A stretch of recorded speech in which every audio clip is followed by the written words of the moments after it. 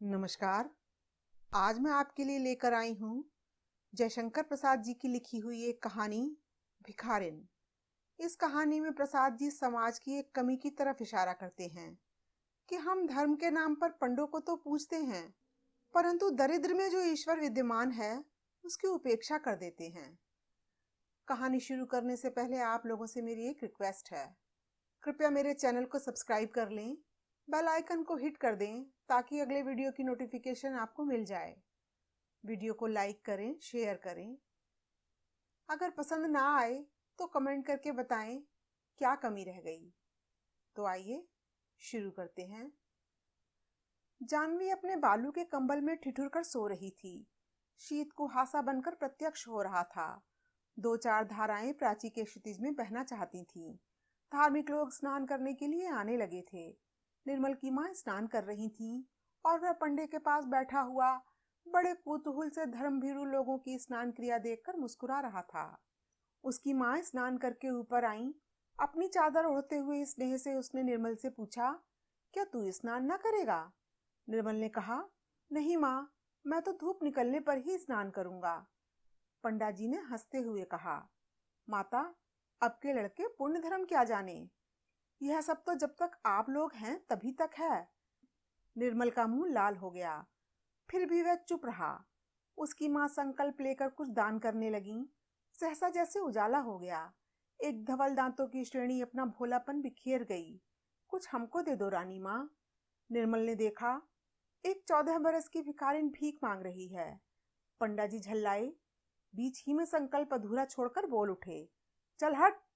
निर्मल ने कहा, मां, कुछ इसे भी दे दो। माता ने उधर देखा भी नहीं, परंतु निर्मल ने उस जीर्ण मलिन वसन में एक दरिद्र हृदय की हंसी को रोते हुए देखा। उस बालिका की आंखों में एक अधूरी कहानी थी। रूखी लटों में सादी उलझन थी और बरौनियों के अग्रभाग में संकल्प के जलबिंदु लटक रहे थे। करुणा का दान जैसे होने ही वाला था। धर्मपरायण निर्मल की मां स्नान करके निर्मल के साथ चली। भिखारिन को अभी आशा थी, वह भी उन लोगों के साथ चली। निर्मल एक भावुक युवक था। उसने पूछा, तुम भीख क्यों मांगती हो? भिखारिन की पोटली के चावल फटे कपड़े के छिद्र से गिर रहे थे। उन्हें संभालते हुए उसने कहा, बाबूजी, पेट के लिए। निर्मल ने कहा, नौकरी क्यों नहीं करती? माँ, इसे अपने यहाँ क्यों नहीं रख लेती हो? धनिया तो प्रायः आती भी नहीं। माता ने गंभीरता से कहा, रख लो।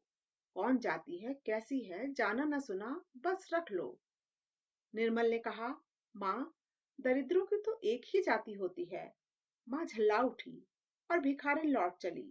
निर्मल ने देखा जैसे उमड़ी हुई मेघमाला बिना बरसे लौट गई। उसका जी कचोट उठा। विवश था, माता के साथ चला गया।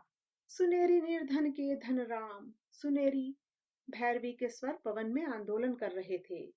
धूप गंगा के वृक्ष पर उजली होकर नाच रही थी।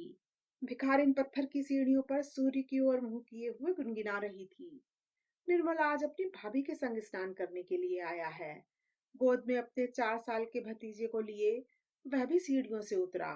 भाभी ने पूछा, निर्मल, क्या आज तुम भी पुण्य संचय करोगे?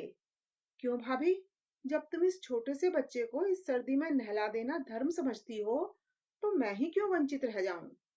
सहसा निर्मल चौंक उठा। उसने देखा बगल में वही भिखारिन बैठी गुनगुना रही है।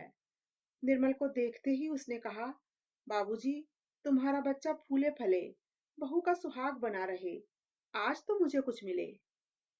निर्मल अप्रतिभ हो गया। उसकी भाभी हंसती हुई बोली, दूर पगली। भिखारिन सहम गई। उसके दांतों का भोलापन गंभीरता के पर्दे में छिप गया। वह चुप हो गई।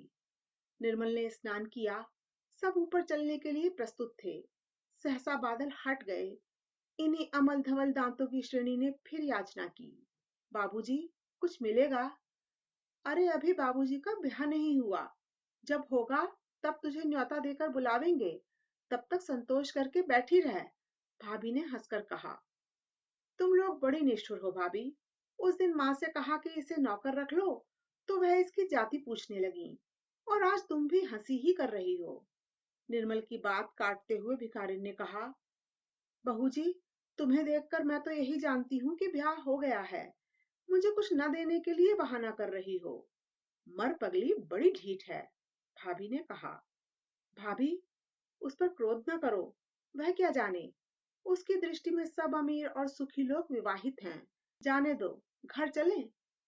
अच्छा चलो, आज माँ से कहकर इसे तुम्हारे लिए टहलनी रखवा दूंगी, कहकर भाभी हंस पड़ी। युवक हृदय उत्तेजित हो उठा, बोला, यह क्या भाभी, मैं तो इससे ब्याह करने के लिए भी प्रस्तुत हो जाऊंगा। तुम व्यंग्य क्यों कर रही हो? भाभी अप्रतिभ हो गई, परंतु भिखारिन अपने स्वाभाविक भोलेपन से बोली, 2 दिन मांगने पर भी तुम लोगों से एक पैसा तो देते नहीं बना, फिर क्यों गाली देते हो बाबू? ब्याह करके निभाना तो बड़ी दूर की बात है। भिखारिन भारी मुंह किए लौट चली। बालक रामू अपनी चालाकी में लगा था। माँ की जेब से एक छोटी दुअन्नी अपनी छोटी उंगलियों से उसने निकाल ली और भिखारिन की ओर फेंक कर बोला, लेती जाओ ओ भिखारिन।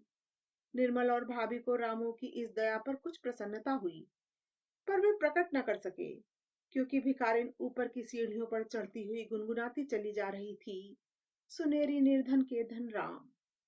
अभी आप सुन रहे थे जयशंकर प्रसाद जी की कहानी मेरी यानी अर्चना की जुबानी। धन्यवाद।